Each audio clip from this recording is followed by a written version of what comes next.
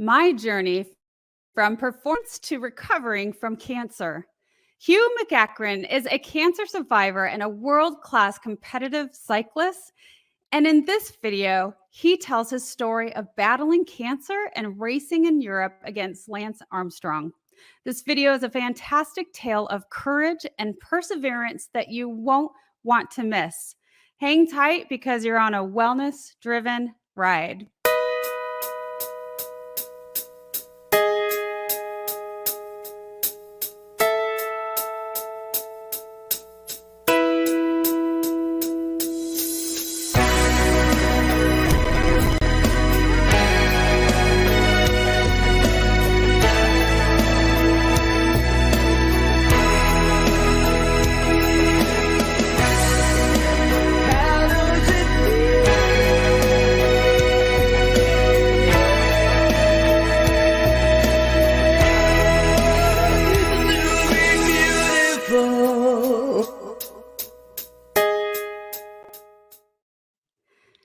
Let me tell you about our guest today. Hugh MacEachran is a highly experienced health professional. He has worked with elite athletes in recreational and clinical environments and at the country's premier spinal cord and traumatic brain injury hospital. In the health club industry, Hugh has managed membership and personal training sales departments, processes relating to the customer experience, and delivering quality customer service. Most recently, he has joined One Medical Seniors to provide value-based care and changing how primary care is done. He was passionate about cycling and health fitness. He spent 25 years racing bicycles worldwide, winning a 2000 National Tandem Time Trial Championship, and continues to be an avid cyclist. Please help me welcome Hugh. Hello. Hi, nice to join you. Yes, it's so wonderful to have you on the Wellness Driven Life Show. Thank you for joining us. It is my pleasure. So, tell us about your fascinating story, how you got started on your wellness journey. Let's start there. To be honest, that with regard to health and wellness, I grew up with a doctor for a father, so I was always interested in health, always interested in medicine, and always kind of had that influence in my life. And when I went to college, I actually majored in pre-med, at least started pre-med. And of course, at that point, I was already racing on kind of the pro-am level, racing bicycles on the pro-am level. So I have to admit, like everything I did, some of it was with an eye towards like, oh, well, if I take care of this aspect of my health or that aspect of my physiology, how will it help my performance? How will it help me go faster? How will it help me go to the Olympics or turn pro or any of those things? So that was kind of how I got started on it. And then I ended up, through racing and trying to make a living, ended up in the fitness industry and then in the medical industry. Well, I love it. Definitely helps having a doctor as a father, right? Yeah. And really pursuing a career field in cycling. I think that we absolutely have to maintain fitness when we're doing those physical activities. And I know you talk a lot about that now and, how nutrition and mindset and all of those things play a factor. Mm-hmm. Yeah. It's interesting how that kind of evolved for me. A lot of these things started out as ideas for performance parameters, getting enough sleep, eating the right way, weighing the right weight. All of those were things that I thought that'll make me go faster. That'll help me recover better from workouts. And as I have left racing at that level behind, and now I'm working first in fitness and now in medicine, and I'm a man in my 50s now. All of those things now are parameters to be a healthy person, to promote functionality and longevity. Yeah, I'm sure that myself as well as the audience would love to know a little bit more on your experience and your background racing. I know that you've told me a little bit that you raced in Europe and Hmm. against Lance Armstrong. What was that like for you? It was a big adventure, and it was uncomfortable at times, but I wouldn't trade it for anything. It was. I started racing when I was 15. The local bike shop in my town was where all the kids hung out because it was also a skateboard shop, and I would look at the glossy magazines of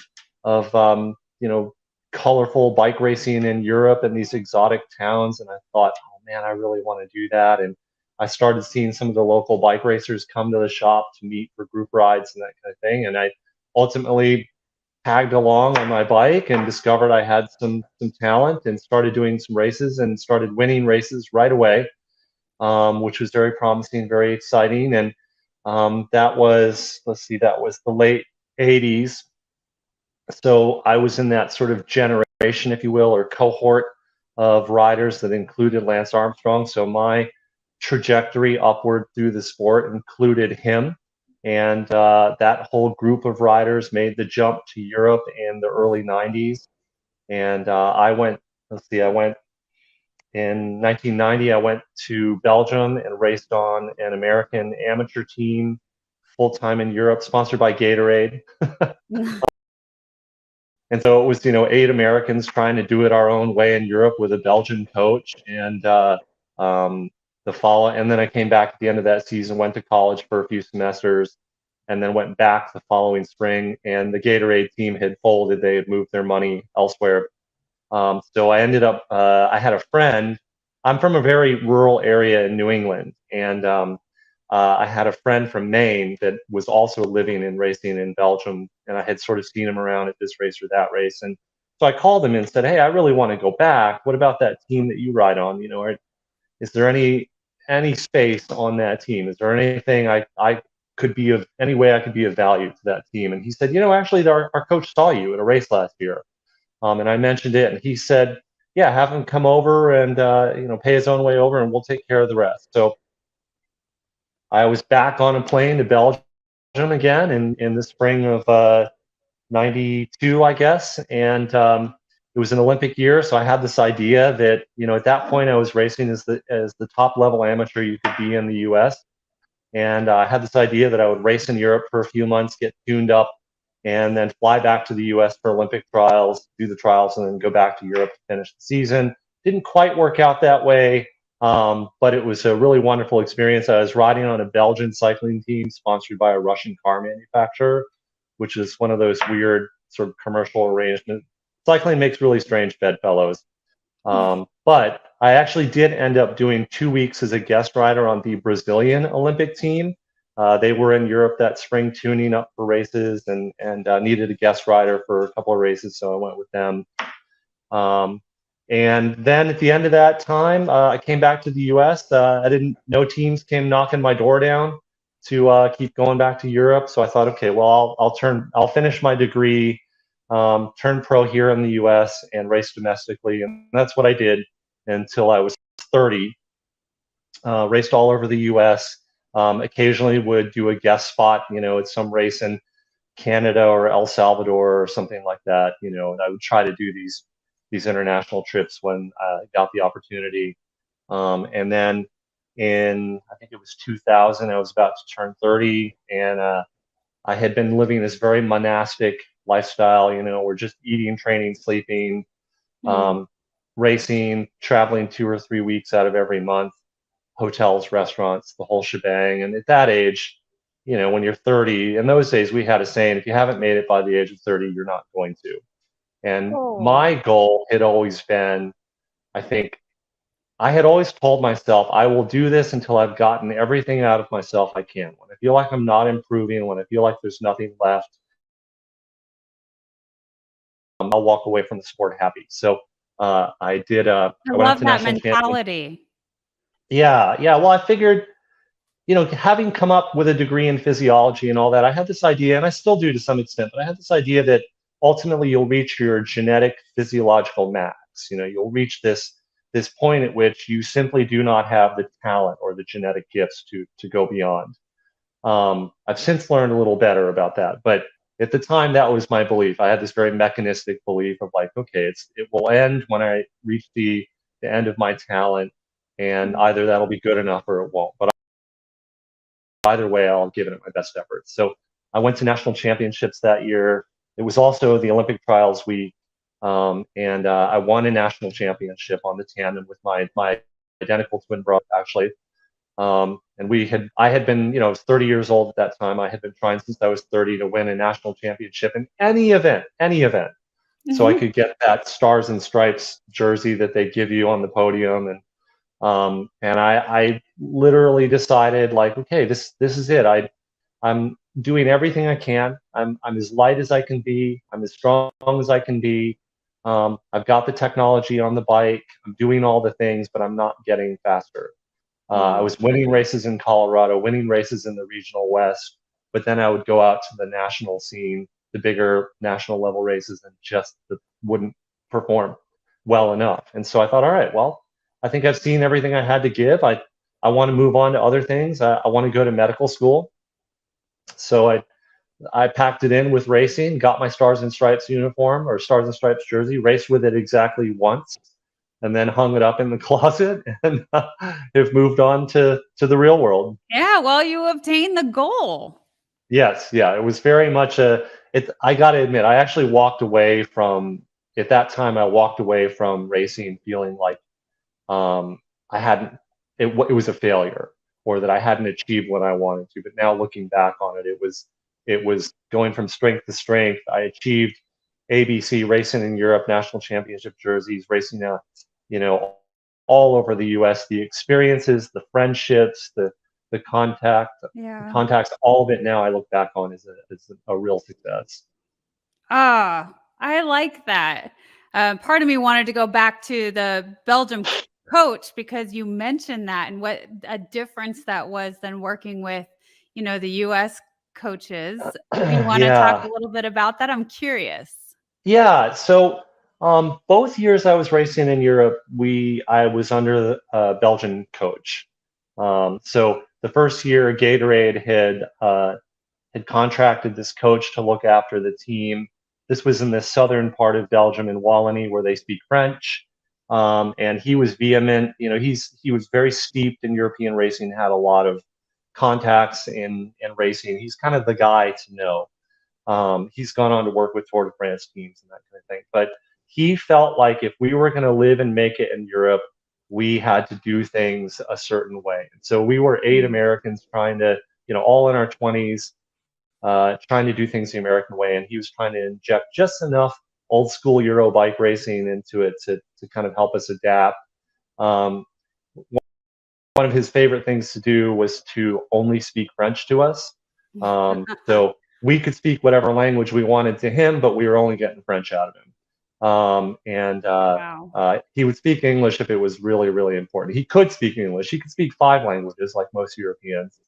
I had taken a boatload of French in school, so I actually was able to speak fairly well with him.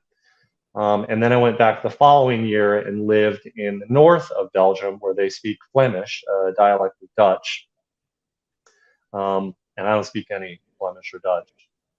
And my coach there, very much the same way, though. He felt like things should be done a certain way. And in Belgium, it's a very sort of old school thought process or paradigm around racing. And so you train this way, you eat this way.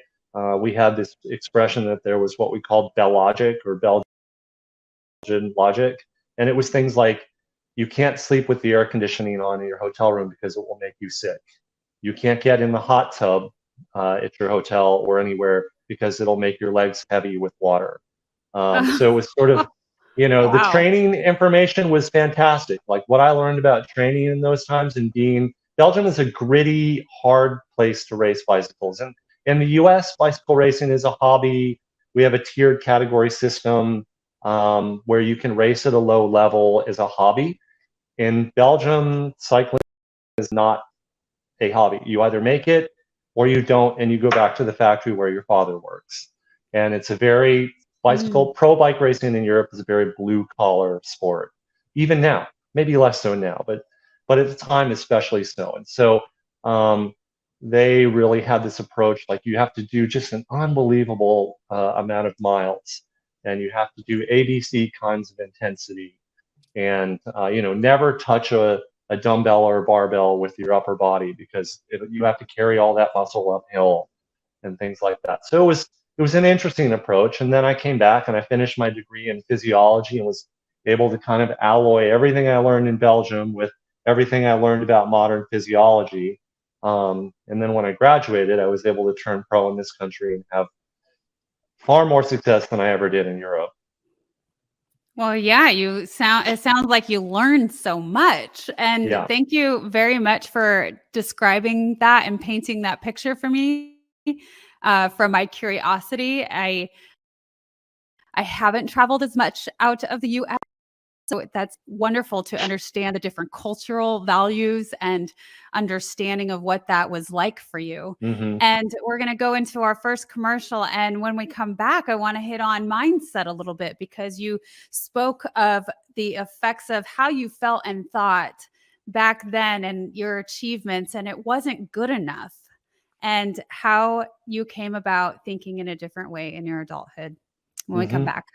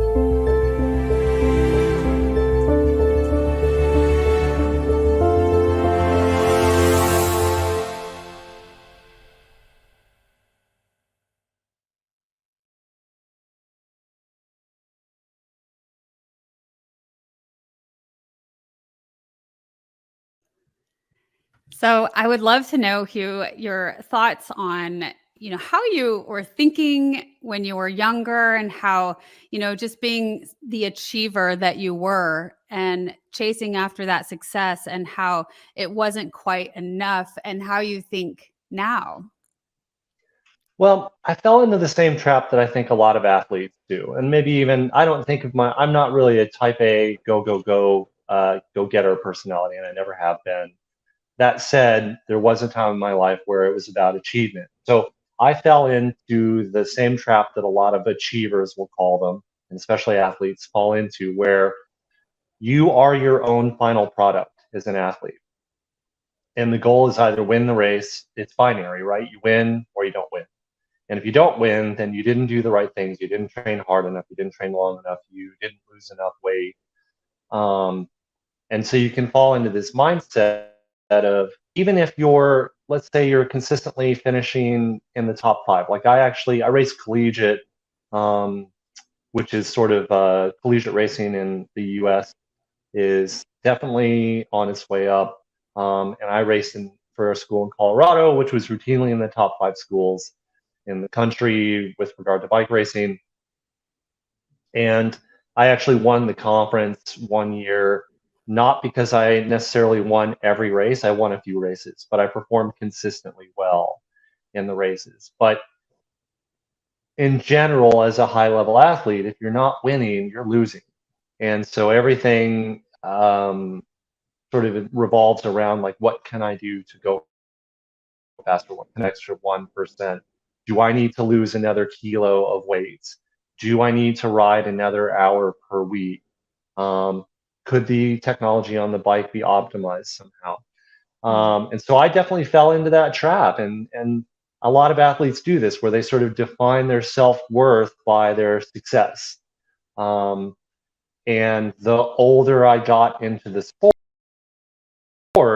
And the more I started to sort of open up the idea of a world outside of bike racing, the more I began to realize, oh, my self-worth might be related to more than just my performances as an athlete. Mm. You know, I agree with you and how easy it is to fall into that trap and the societal standards or what they say, you're capable of. Like you talked about earlier, how they kind of put you in this box of your body's only going to be able to perform at max level, Hmm. at this point, and then that's it.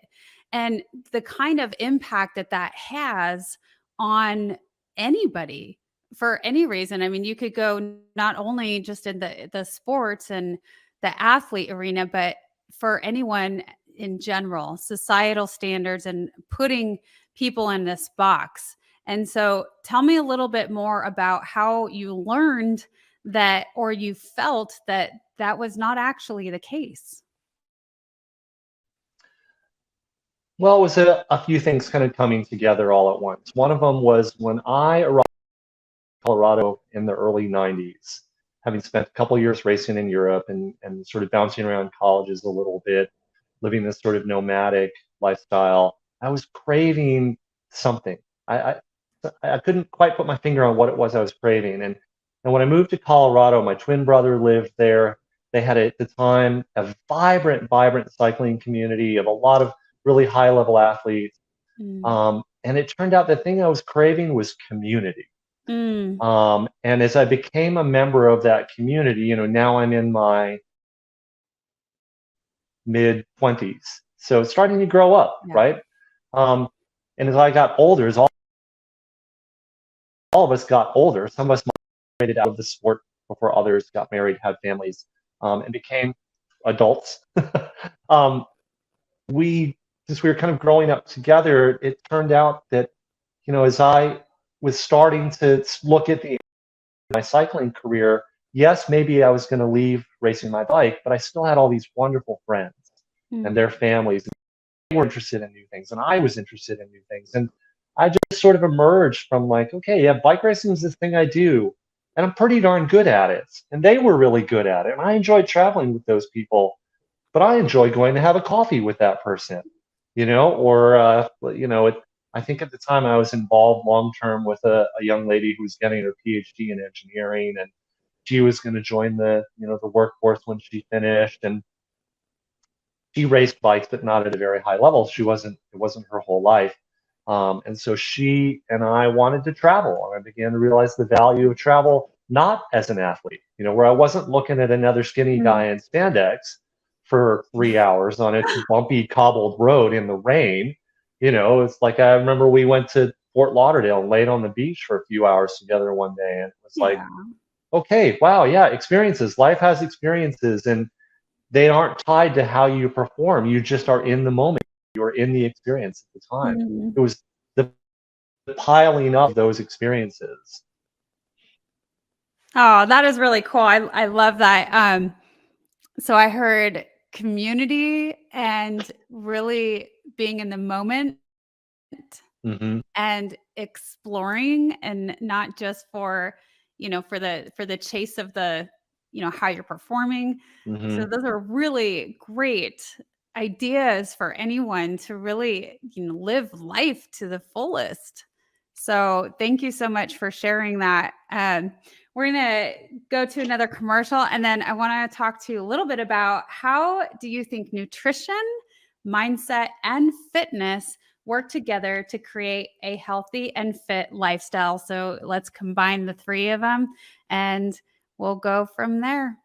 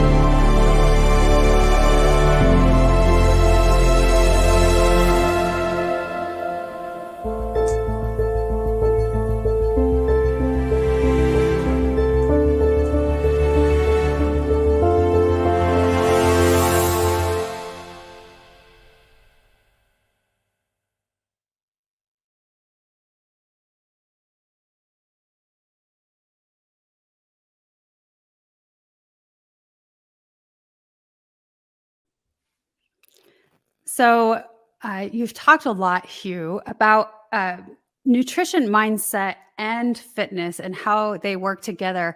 And I want to kind of join in also. You've had this incredible experience as an athlete, and you're traveling through the world and learning these different cultures, while this competition aspect of you is really stemming your life, like it's the forefront of your life in your younger years. And then you move a little further and you've had some complications come up where disease takes place in life. And so I want to talk a little bit about that. We don't have to jump in yet, but how has that integrated your idea of combining nutrition, mindset, and fitness? Yeah, this is a really good question. Um, so obviously, as an athlete, nutrition, mindset, fitness, they're very, very important. Nutrition for me was very important and remains very important. But at the time, it was all about like eat the right things so you're fueled enough, but not so much that you are carrying extra weight. So it was in those days I had single digit body fat and worked very hard, um, sometimes in some unhealthy ways to get down there, but not. You couldn't go whole hog on that because you also had to be well enough fueled to do a 3 hour, 4 hour, 100-mile bike race. Yeah. Um, Even after I left racing, nutrition continued to be very important to me because I was working in the fitness industry, but also because I wanted to continue to be a fit person, and I didn't want to. I think a lot of people, athletes, and the general public alike, I left the sport, but other people leave school, maybe where they're at college, where they're playing sports, but they continue to eat like they're playing sports even when they're not. And that makes for the kinds of issues we're seeing with Americans' health and fitness right Mhm. now. Is this the nutrition isn't quite, I think, where it should be, and that's all. I could wax uh, There's a balance. philosophical. Yeah, Right? There's a balance depending on, like, right. how you're living your life. So, Yes, of course, exactly, you're gonna have to exactly. fuel your body in a certain way when you're activating it, so hard, and then, you know, giving it a different type of nutrition, you're not. That makes Yeah, sense to me. exactly. That's exactly right. And then when I became a cancer patient, nutrition became very, very important to me. Again, as we'll call it an adjunct treatment to chemotherapy. Um, Fitness too was always something I really enjoyed, just from the aspect of being active. I left the sport, continued to like to ride my bike, but opened myself up after that to. I also like to lift weights. I like to go hiking. I like to do cross country skiing. That was actually my second love behind racing bicycles. And once I was able to sort of not lean quite so hard on like, oh, I got to get X amount of bike time in, I could go do the other things I like to do. And I think fitness doesn't have to be. A lot of times we think of fitness as like, we got to train hard and we got to train a lot, especially in America, right? If one is good, three is better. Um, but fitness, you don't, and this is what I relay to my senior patients now, you don't have to be killing yourself, to be a fit person. If you eat right, more often than not, if you get a little bit of activity, then you're really doing a lot for yourself in terms of your fitness, Yeah. which to me, fitness entails functionality, longevity, Yeah. and not just lifespan, but health span. What portion of your lifespan are you healthy and functional?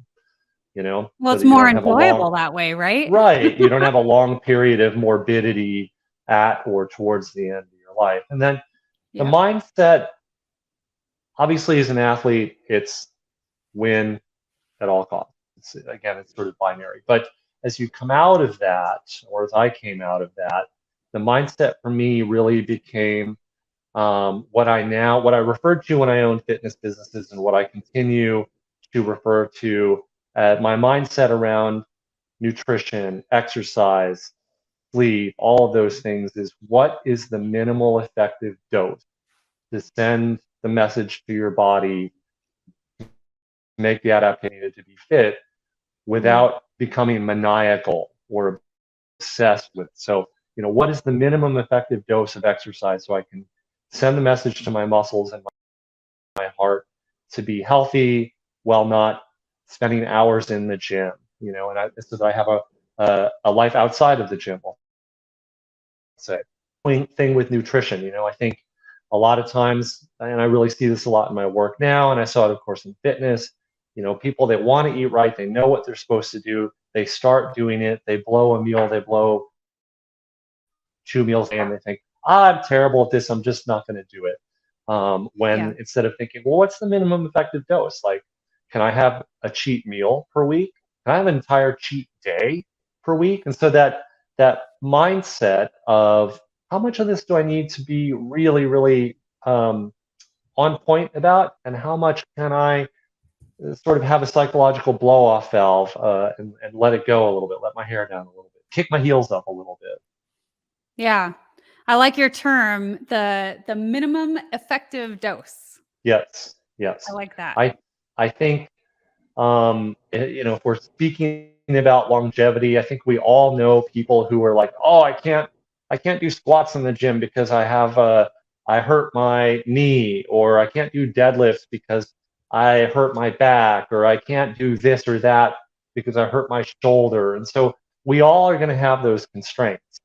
We're humans. The parts wear down over time. I think as a species, we're living longer than the mechanism was designed to live, which means we're all going to accumulate a little bit of wear and tear over time and have those constraints. So you have to think like, how can I work within those constraints? And that's where this sort of minimum effective dose idea comes in. It's like, how much is enough without absolutely burying myself? Yeah. And exactly. And to keep going and do something. The Mm-hmm. minimum. What is Yeah. that? It's kind of like what's the one thing Mm-hmm. that we can do? Yeah, and I think there's an element of being gentle or compassionate with yourself in Mm, it, right? Like if you know you don't have to destroy yourself in the gym, or you don't have to subsist on, for yeah. hyperbole's sake, on tofu and water for you, then you can be a little gentle with yourself, and I think Yeah. that is really key to sort of having a healthy mind. Just constantly berating yourself, mentally, emotionally over time, you're not going to succeed. You're not going to be a happy person.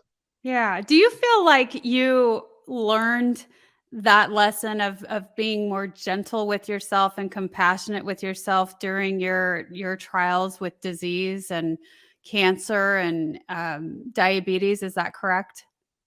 So, definitely with cancer, I don't have diabetes myself, but a massive portion of my patients. So I only see Okay. people who are 65 and older, um, and a huge, huge percentage of them have type 2 diabetes, this, Mm. so-called adult onset diabetes. So you're a specialist in this realm. Yeah, I think that's who walks through my door, so I've Yeah, had to you learn have a to lot be. about that. But yeah, I mean, when I became a cancer patient myself, um, learning to be gentle with myself was, at first I went into it with the athlete mentality. I'm going to do everything perfect, and and we're going to beat this thing, and I certainly did as much of that as I could. I read up on the best ways to eat, and it turns out the ketogenic diet is both tumors of their fueling, but also is protective against the kinds of damage that chemo does. So I Mm. ate a ketogenic diet, um, which at the time I was eating a pretty strict paleo diet anyway, so it was a very short jump to go from paleo to keto. Mhm. And the exercise, I think this is where I really had to learn to be gentle with myself, was the exercise. Because at the time, I was running my own fitness business. I kind of had as much time as I wanted to exercise. So I was lifting as often as I wanted. I was going for long bike rides as often as I wanted. And I had built some flexibility into my business to be able to handle those things, take kids to doctor's appointments and swim lessons. My wife was traveling a lot for work at the time. And so when I became a cancer patient and expected to, okay, I'm going to go do chemo, and then I'm going to get on my bike the following day, or I'm going to go in the gym the following day, and that just wasn't happening. And I had to sort of learn to be gentle with myself, learn to take what my body was going to give me for that day and not see it as an indictment. I'm not fit enough. I'm not strong enough. Or, well, if I can't do that, I can't do any of it. It's just like, no, this is where your body is today. And it may or may not be there tomorrow. So take what your body's going to give you today. The thing that you need to do more than any other thing right now is rest. Or, your body's telling you less today, not more. And then now that I work with seniors, this is my like huge message to them, is be gentle with yourself. Yeah. Yeah. It sounds like you are absolutely able to serve them at such a high level. And, through all of the lessons that you've learned and the things that you have gone through in order to, the experiences have created this wisdom within you. And I want to go back just a tiny bit. How did it make you feel, when you were diagnosed with cancer and you had been living this life of such extreme accomplishments? Yeah, so at the time that I was diagnosed, like I said, I was running this little boutique personal training business, really having a good time with it, working about as much as I wanted. And because of that, I was like, I had stopped racing on the master's level, stopped racing at all when my kids were born, because who has time for that? This is true. But the kids were a little older, and we had a good support system in place, and I had some flexibility with work. So I was like, you know what? I'm going to go back to racing masters. So I was actually, my training load was kind of high. I was starting to diet back down to what I felt like was a reasonable weight and body fat or body composition for a guy in his 40s to race on the recreational level. And and then I started dabbling and doing a few races, and the body was just not performing. There was something. Now I realized there was something wrong, but at the time, my wife and I both were like, well, I mean, come on, you're a guy in your 40s with two little kids, you're tired. You're Yeah. not recovering well from work. Because I had wanted to get to what I felt was a more appropriate weight for being an athlete. I was eating really well. So when the came, and it came on the back of, I did some routine blood work. I never actually felt like sick. I did some routine blood work because that's what mature grown-ups do. And it came Yep. back looking a little wonky. And the kids were sick. I had been sick, stomach bug or whatever. And the doctor said, well, you've been sick. It could make your blood work look like this. Let's do it again in a month when you're Sure. not sick. And sure enough, it looked the same. And that started the sort of all the events that led to the diagnosis. And with the diagnosis, there was a lot of, I think, what everybody does. How did this happen? I'm so healthy. I did everything right. Yeah. So I Yeah. had a little bit that sense of betrayal, like Of with my course. body, and I think we all get that, whether it's because of you reach that stage in your life where you are physically less able. Now that I work with seniors, I'm definitely seeing a lot of this. And for me, it came in my 40s, and it just was, you know, what happened? How did this happen? I did everything right. I I get 8 hours of sleep, at least to get back to that. With the kids having reached a certain age, they were sleeping, we eat really well, and at the end of the day, it was one of these things that could not have been prevented or predicted, and I just had to sort of accept that that's what was happening, and now I had to move forward with what I was going to do next. Yeah. And the way that you describe how you felt this sense of betrayal when you have been living so exceptionally. You're doing everything right. And Hmm. yeah, I mean that's a really good word and choice of explaining what you felt, this betrayal of how could this be? And so I want to, speaking of, I want to bring in some pictures, the photo album, because I would love for our audience to see some of the stuff. So we're going into, in the beginning, this is you racing. Tell Yeah. me So, about this. so this is me in my let's see, this is me in my 30s. So I had stopped racing at a really high level at this point. Um, and this is in Fort Collins, Colorado. I raced on a really great little masters team.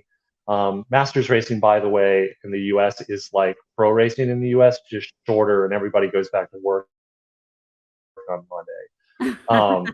But this was A in a good way rainy to race. describe it. Yeah, this was in a rainy race in Fort Collins. I think I went top 5, top 10 here.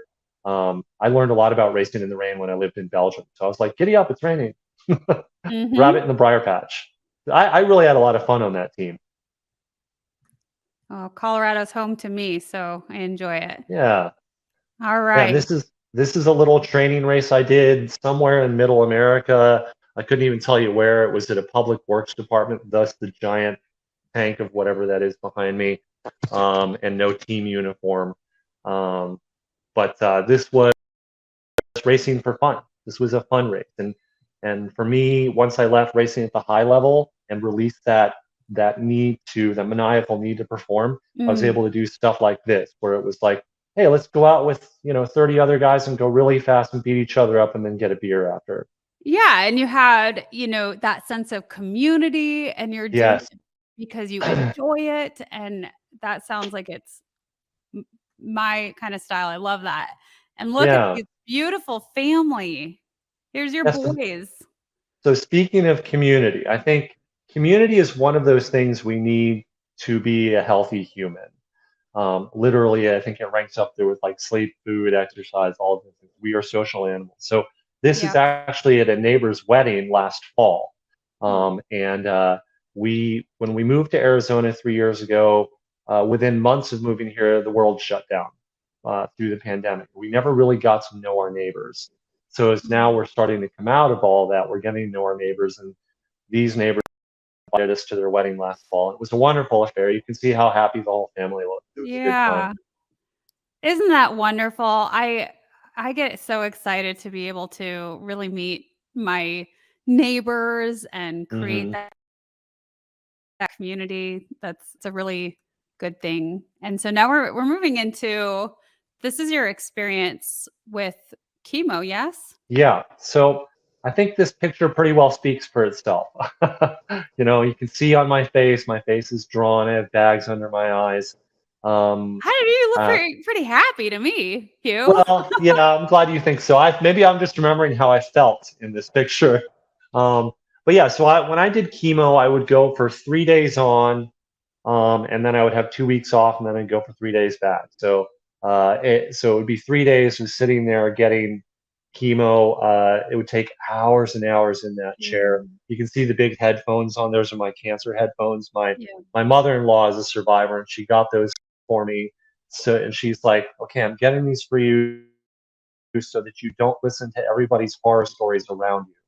So Oh. anyway, yes, that's a picture of me during one of the chemo sessions. I think maybe halfway through the course, I did chemo for like 5 months on that 1 week on, 2 weeks off basis, and they were long, long, arduous days. And usually at the end of that week, I was on my hands and knees for a day or two, and then would start to recover and just do it all again 2 weeks later. I wanna say something that, you do have a smile on your face, and I know that this was one of the most difficult times of life, and what it tells me is that you have this general, um, you know, positive sense about you and meeting life. And I feel like that's a great importance for people who are survivors. Hmm. It's that going back to that mindset of, you know, thinking of what are the positive things that are happening? What can I be grateful for? Guess what? I'm grateful for these headphones. Yeah, yeah, yeah. I remember I had a really positive team around me. My wife went with me when if she was in town. Again, she was traveling a lot during this time. She would come to chemo with me. When she was not in town, her mother would fly in from Arizona to look Oh, after the kids and me. So either she or her mother took this picture. And yeah, I agree. I think it's very important to be positive in outlook. And we hear about this all the time. I think now there's research around this that Yeah. survivors, cancer patients with those who have a positive outlook tend to have more successful outcomes than those who don't. Um, and so for me, it was very important when going through chemo to have that. I would march into chemo, greet my team who I knew very well, and hey, good to see you. Let's get this thing going. Let's do it. And instead of walking in like I was headed to the executioner. Yeah. Tell me about this picture.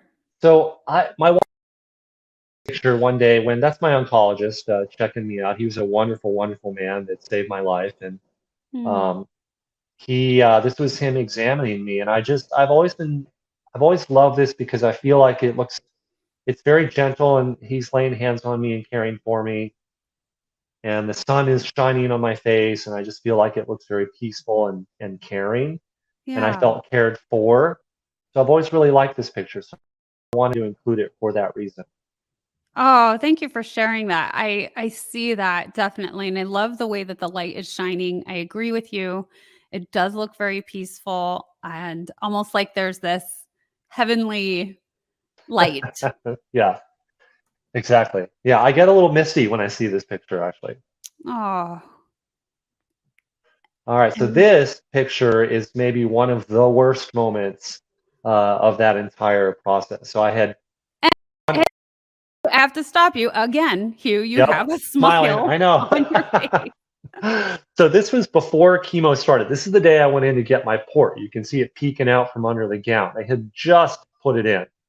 Mm, And my wife and I were, so when you get a port implanted, they cut a hole in your skin and they stick this thing under, and then they thread it into to this major artery behind your collarbone. mm. Because you're working in such close proximity to the lung, there is a very small but real chance of some damage to the lung. And unfortunately, I won the lottery on this. It's a 1% complication rate. They nicked my lung and it collapsed.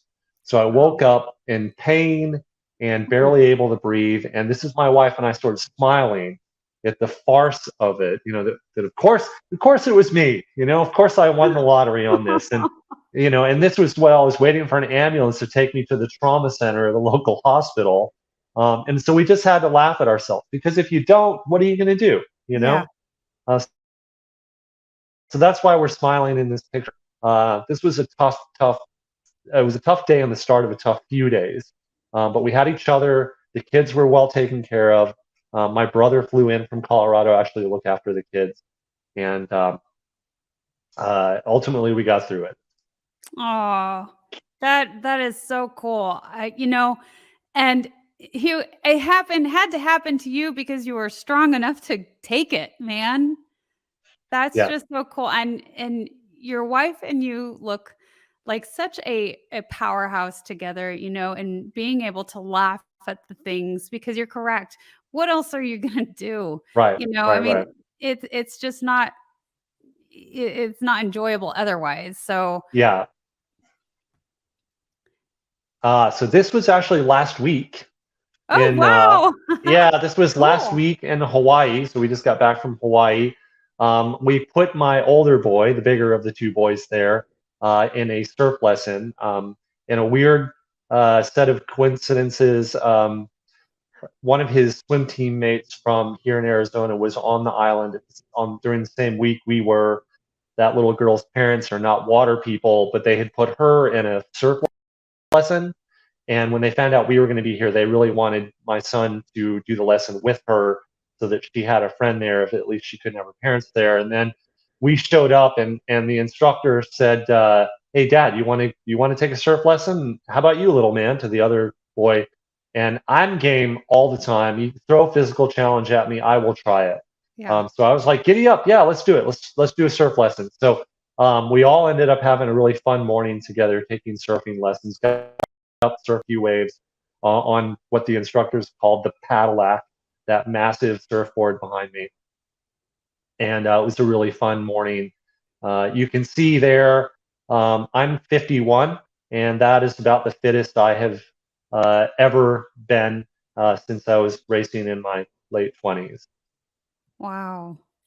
Wow, this is what I wanted to end with that picture, because I think it's just such a beautiful conclusion when coming out of the storm. You know, Mm-hmm. there's light at the end of the tunnel. You're very healthy coming from that experience.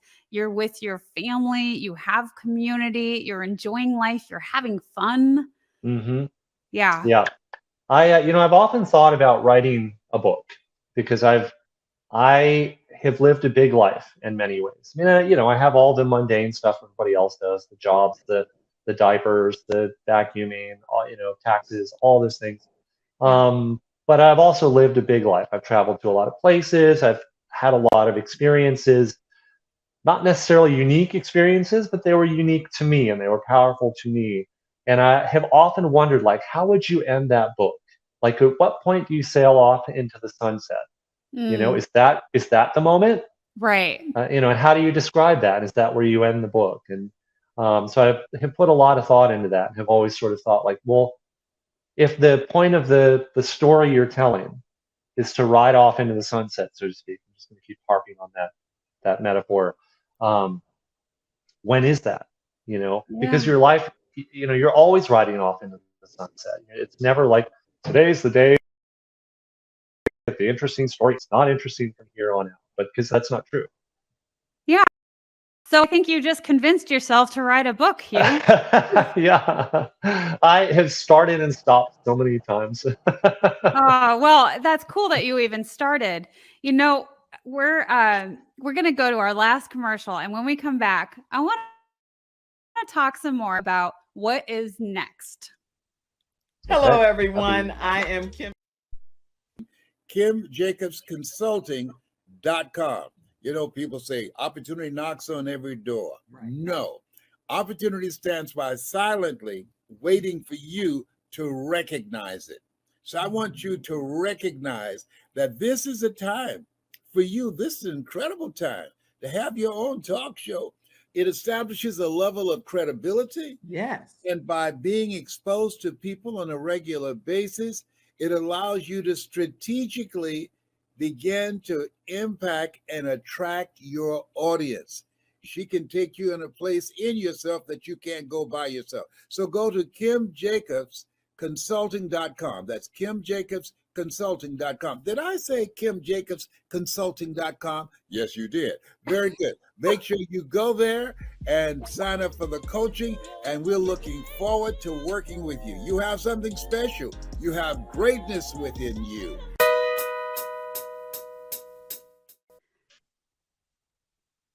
So, I want to talk a little bit more about what is next for you, because I know Uh, that you are interested in writing a book. And you know what, I also want to bring in a couple of the comments that we had. Manly Chavez said, awesome. I think this was during the times that we were going over the pictures. I agree. He looks happy considering what he was contending. That's the winning attitude and spirit that heals. He also said that I think that's his superpower, smiling during adversity. That's a pretty cool comment. I often say that somebody that I worked with the other day said, Hugh, you are like never stressed about anything. And I often say that because of going through kind of up the levels of bike racing like I did. Bike racing at the high level is like a chess game played at max heart rate while going 35 miles an hour. And it can be the most stressful thing you can imagine. And so when you leave the sport, everything else seems kind of in slow motion. You don't have to do 5-hour training rides. You don't have to have your heart rate maxed out all the time. So the smiling, a lot of that came from my experience as an athlete. Like I think I said right at the beginning, it was a very uncomfortable experience in a lot of ways.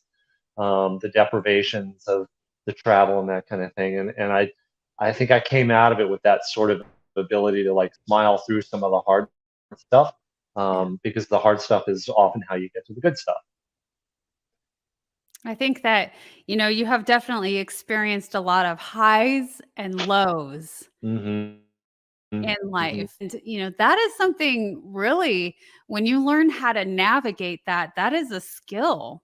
Absolutely. I experienced that a lot with law enforcement, and we were taught that on, Mm-hmm. how I don't know if they taught us. I had to research a little bit more myself and experience it more, but they told us that that's what we were going to be experiencing. These extreme Mm-hmm. highs, you're running code, lights and sirens, and these extreme lows, this Mm-hmm. downtime where there's no excitement. And like you explained, it's, life seems a little dull when you're not racing fast. And, I love how you described it, playing chess all at the same time, because it's not, there's so much mental that goes along with it. It's not just the physical.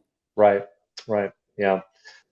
So in terms of next for me, I have been, while going through chemo, an oncologist friend of mine mentioned more than once that he felt that my story was inspiring and he'd like to sit me down in front of groups of his patients.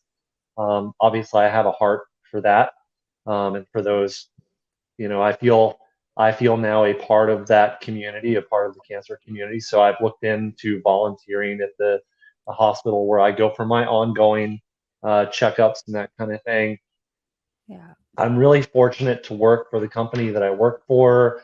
I went back to healthcare from fitness after the cancer experience because I wanted to have more of an impact on people who were potentially at the worst moment of their lives. When I worked at Craig Yeah. Hospital, these were people who had been through a major health care or major health trauma or scare, and I wanted to be there for them and hold them and hold space for them, Mm. because I felt like I could be uniquely empathetic to that experience, and Yeah. so that led me to where I am now, where I'm really able to be in front of 5, 6, 8 patients a day, where I can, I'm talking to people about how to manage their diabetes. I'm talking to people about this is cancer and this is going to be hard, but we're going to get you through it. And so I Yeah. really am enjoying what I'm doing there, and I'm looking at trying to get more into more of kind of a leadership position in my company.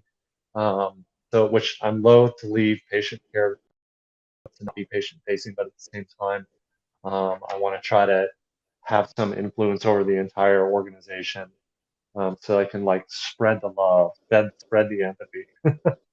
Well, you're absolutely bringing knowledge and hope and inspiration. And I think the combination of all of that is a power force.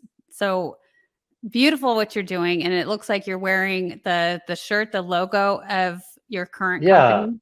Yeah. yeah, yeah. And then of course, from a what's next standpoint, I have 2 little boys that, I'm Yeah. into manhood and adolescence and all of those things. And That's I the have a fun time, wonderful, right? I have a that now that the kids are a little older, we're all, we can take trips like to Hawaii to surf or whatever. Um, Yeah. so that I'm looking forward to a lot more than that. And, I, every now and then I check in on my blog and write little stories about what's going on in my life now, or if a funny or interesting race experience comes to me, I'll write down that memory. So that can be Yeah. seen on my blog, which I see is on the bottom of the screen. Absolutely. I want to let our audience know how to contact you, and also that it's going to be in the description. So don't worry if you don't have a pen and paper, or you're our listening audience. And so all of the information for our guests is always in the description of the video. So check it out. Check Hugh out. I know he has some amazing content, especially if you've gone back and forth where you've started writing a book and then you stop. I bet you probably have a lot of that all put together in your blogs, and you just put it all together and there you go. You have a book. And Yeah, so that's somebody recently. absolutely, absolutely, because it all is you. It's your story. Yeah, yeah, Yeah. absolutely. So It has been such a pleasure having you on the Wellness Driven Life Show. Hugh, is there anything else that you want to leave our audience with today? I think the comment about smiling and being a superpower is absolutely true. It's not just my superpower. I think that, if you can find a way, find some positive, be in the moment of where you are right now, find something to be grateful for, and then slap that smile on your face. That can be everybody's superpower. And be gentle with yourself. And be gentle with yourself. That's great. Keep a smile. It's contagious. I would have to say, absolutely. And yeah, thank you so much. Thank you for your time. Again, you're welcome. It was such a pleasure to have you on the show. I want to remind our audience that this show wouldn't be here without your generous contributions. When you donate through the wellnessdrivenlifeshow.com, then you can get a beautiful email follow-up for your records. So I want to thank everybody again for being here on the Wellness Driven Life Show, and goodbye for now. We will see you tomorrow.